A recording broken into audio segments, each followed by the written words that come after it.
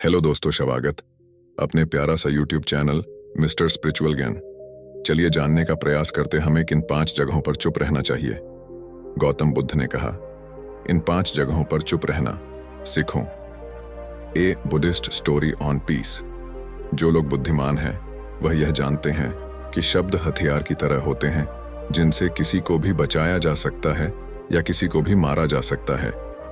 अब आप सोच रहे होंगे कि शब्दों से किसी को मारा कैसे जा सकता है, तो जरा सोचिए, ज्यादातर आत्महत्याओं के पीछे किसका कारण होता है?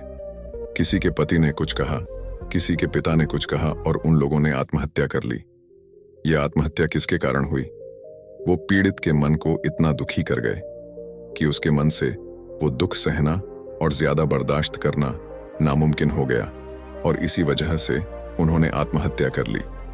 ऐसे ही आपके शब्द किसी को नया जीवन प्रदान कर सकते हैं। जब कोई आदमी उदास होता है या दुखी होता है तो आपके शब्द उसमें एक नया जोश, एक नया उत्साह भर सकते हैं और एक हारा हुआ आदमी अपने जीवन में एक नई शुरुआत कर सकता है, सिर्फ शब्दों के माध्यम से। हमारी वाणी के माध्यम से तो अब तक आप ये तो समझ ही गए होंगे कि हमारे शब्द हमारे जीवन को किस तरह निर्धारित करते हैं। शब्दों में कितनी ताकत होती है और किसी से बात करते वक्त हमें कितनी सावधानी से अपने शब्द सुनने चाहिए। आज की जो बौद्ध कहानी मैं आपको सुनाने वाला हूं, उसमें आपको सीधे सीधे तौर पर कुछ ऐसे तरीके पता चलेंगे, कुछ ऐसी परिस्थितियां पता चलेंगी जहां पे आपको हमेशा चुप रहना चाहिए। कुछ परिस्थितियों में अगर आप कुछ नहीं बोलेंगे तो वही आपके लिए सबसे ज्यादा बेहतर होगा। इससे पहले कि आप इस कहानी में खो जाएं, इस चैनल को सब्सक्राइब जरूर कर लें। तो चलिए कहानी शुरू करते हैं। एक बार की बात है, एक युवा लड़का एक बार एक बौद्ध भिक्षु के पास पहुंचा। वो काफी परेशान लग रहा था और उसने बौद्ध भिक्षु से जाकर पूछा कि हे महात्मा, मैं अपने आप से परेशान हूं, अपने आप से दुखी हूं। बाहरी रूप से मुझे कोई दुख नहीं है, मैं धन धान्य संपन्न हूं, मुझे कोई शारीरिक रोग भी नहीं है, लेकिन मैं खुद से परेशान रहता हूं, अपने मन से परेशान रहता हूं। अक्सर मेरी बातों को मेरा कोई भी दोस्त गंभीरता से नहीं लेता है और ना ही मेरे परिवार के लोग मेरी किसी बात को गंभीरता से लेते हैं। मैं जो कुछ भी सलाह देता हूं या तो वह उसे मजाक में उड़ा देते हैं या फिर उसे गंभीरता से लेते ही नहीं है। मेरी बातों को कोई गंभीरता से क्यों नहीं लेता है? क्यों मेरी बातों पर कोई अमल नहीं करता? क्यों मेरी बातों में कोई रुचि नहीं दिखाता? क्या कारण है? कृपया मुझे बताने का कष्ट करें और मेरे मन के इस दुख को दूर करें। यह सुनकर बौद्ध भिक्षु ने कहा कि आज सुबह मैं चालित ध्यान करके वापस आ रहा था।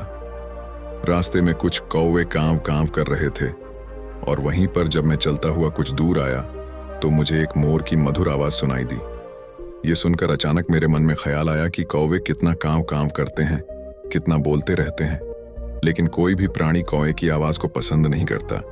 मोर हमेशा सही परिस्थिति के हिसाब से बोलता है। जब भी बारिश होने वाली होती है और बादल गरजते हैं और बारिश होने की आशंका होती है, ऐसे में मोर अपनी मधुर आवाज में गाता है, जो सभी को प्रिय होता है, सभी को अच्छा लगता है। ऐसे ही अगर इंसान सही परिस्थिति के हिसाब से सही शब्द बोले, सही वाणी बोले, तो वही वाणी दूसरों के लिए संगीत हो जाती है, संगीत बन जाती है और दूसरे लोग तुमसे सम्मोहित हो जाते हैं और वहीं पर तुम्हें सब लोग गंभीरता से लेने लगते हैं।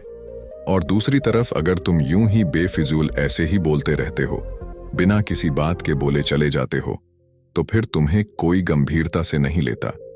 तुम उस कौवे की भांति हो जाते हो जिसकी वाणी कोई पसंद नहीं करता और बाद में तुम्हें दुख होता है कि तुम्हें कोई गंभीरता से क्यों नहीं लेता।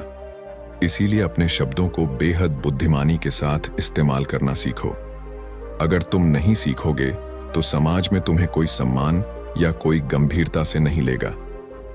यह सुनकर वो युवा लड़का बोला कि हे महात्मा, मैं जानता हूं कि मैं ज्यादा बोलने की बीमारी से ग्रस्त हूं, मुझे इतना नहीं बोलना चाहिए, लेकिन मैं अपने आप पे काबू नहीं रख पाता और ना ही मैं इतना बुद्धिमान हूं कि मैं अपने शब्दों को नाप तोल कर बोल सकूं।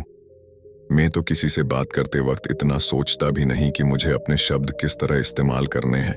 कृपया करके कुछ ऐसी परिस्थितियां बता दीजिए जहां पर मुझे कम बोलना है या फिर बोलना ही नहीं है, हमेशा चुप रहना है। अगर आप मेरा ऐसे मार्गदर्शन कर सकते हैं तो मेरा जीवन आसान हो जाएगा और मुझे ज्यादा दिमाग या अपनी बुद्धि लगाने की भी जरूरत नहीं पड़ेगी। ये सुनकर बौद्ध भिक्षु ने मुस्कुराते हुए कहा, मन के गंदे विचार खत्म हो जाएंगे। बुद्धिस्ट स्टोरी ऑन लस्ट की बेटा, वैसे तो इंसान को हर परिस्थिति में सोच समझ कर ही बोलना चाहिए, लेकिन अगर वो हमेशा होश में नहीं रह पाता है, ध्यान में नहीं रह पाता है, तो मैं तुम्हारे दैनिक जीवन की कुछ ऐसी परिस्थितियां बता रहा हूं जहां पर तुम्हें हमेशा चुप रहना है। अगर तुम ऐसी जगहों पर कुछ बोलोगे तो तुम्हारा अपमान ही होगा या फिर तुम्हें कोई गंभीरता से नहीं लेगा।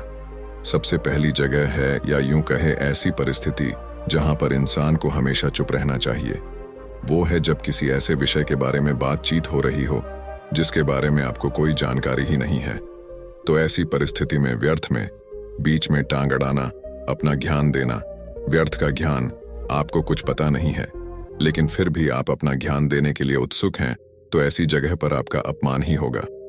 जरा तुम खुद सोचो, जब कोई बीमार आदमी अपनी बीमारी के बारे में चर्चा कर रहा हो और आपको उस बीमारी के बारे में कोई भी ज्ञान नहीं है, लेकिन फिर भी आप व्यर्थ में, बेकार में उसे ऐसी ऐसी औषधियां बता रहे हैं जिनका उसकी बीमारी से कोई तालमेल ही नहीं है, तो ऐसे में आप अपनी प्रतिष्ठा अपने हाथों से खो रहे होते हैं और आपको पता ही नहीं होता। ऐसी परिस्थिति में आदमी को हमेशा सुनना चाहिए।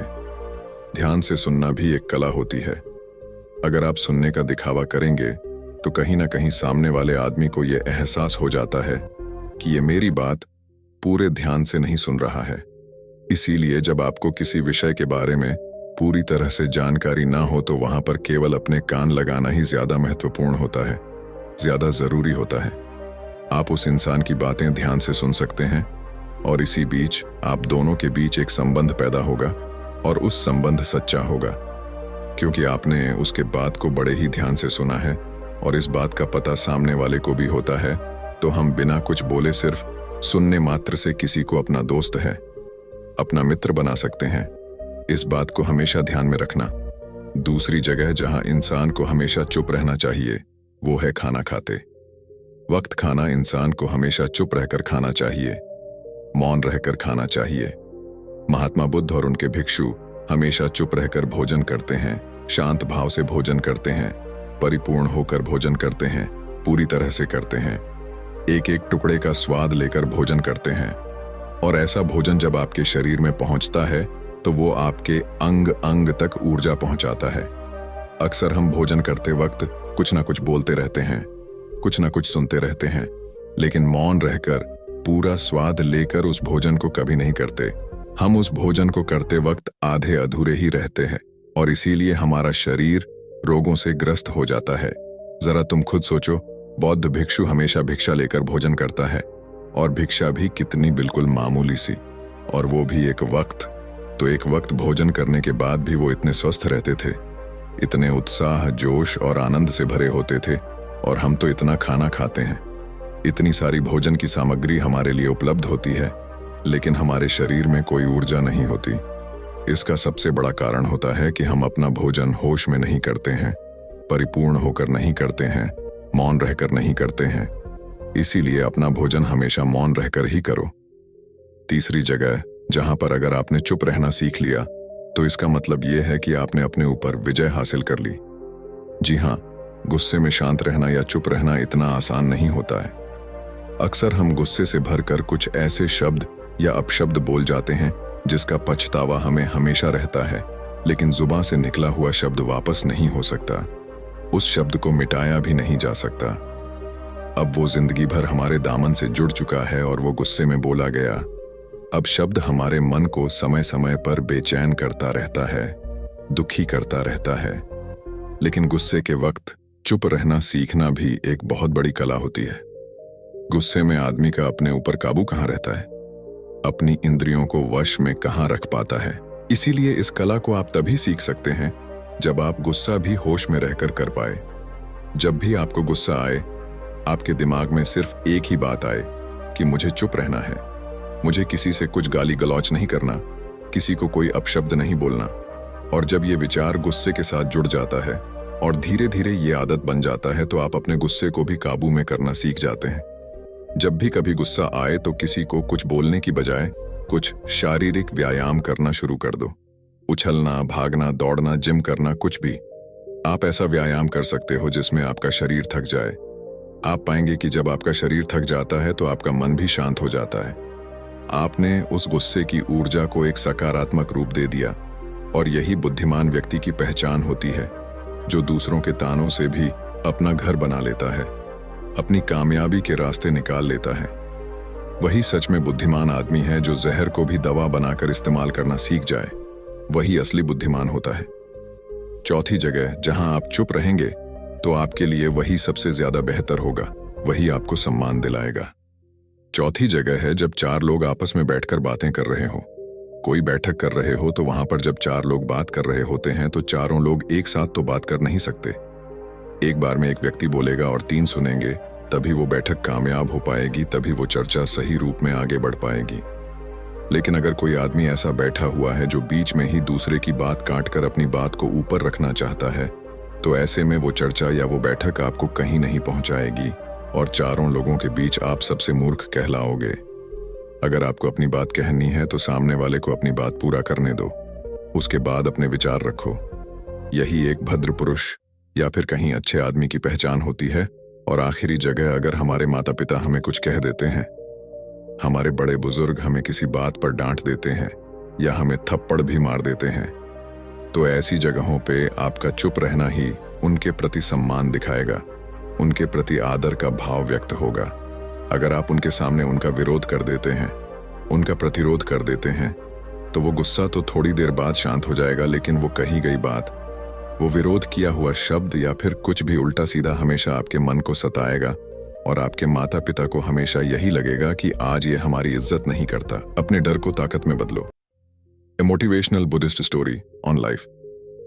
आज ही हमारी बात नहीं मानता क्योंकि ये कमाने लग गया है, ये बड़ा आदमी बन गया है, ऐसी ऐसी बातें उठेंगी, ऐसे ऐसे तंज कसे जाएंगे। इसीलिए ऐसी जगह पे आप मौन रही हैं। चुप रहिए, कुछ मत बोलिए। अपने गुस्से को अपने अंदर ही पी लीजिए। कुछ व्यायाम कर लीजिए, भाग लीजिए, दौड़ लीजिए। आपका मन अपने आप शांत हो जाएगा। आखिर में बौद्ध भिक्षु ने अपनी बात को खत्म करते हुए कहा कि कम शब्दों में अपनी भावनाओं को उतारना सीखो। शब्द हथियार की तरह होते हैं। बोलो तो होश में बोलो, ध्यान में बोलो। जीवन शैली ऐसी बना लो कि आप जब भी बोलो पूरे होश में रहकर बोलो, पूरे आनंद के साथ बोलो, पूरे प्रेम के साथ बोलो। ऐसी वाणी बोलो जो दूसरे के दिल को ठंडक पहुंचाती हो, दूसरे के मन को भी शांत कर देती हो। और वो तभी संभव है जब आप प्रतिपल होश में रहकर बोले। इसके बाद वो युवा लड़का बौद्ध भिक्षु के सामने नतमस्तक हो गया और उनको प्रणाम करते हुए अपने घर वापस लौट गया।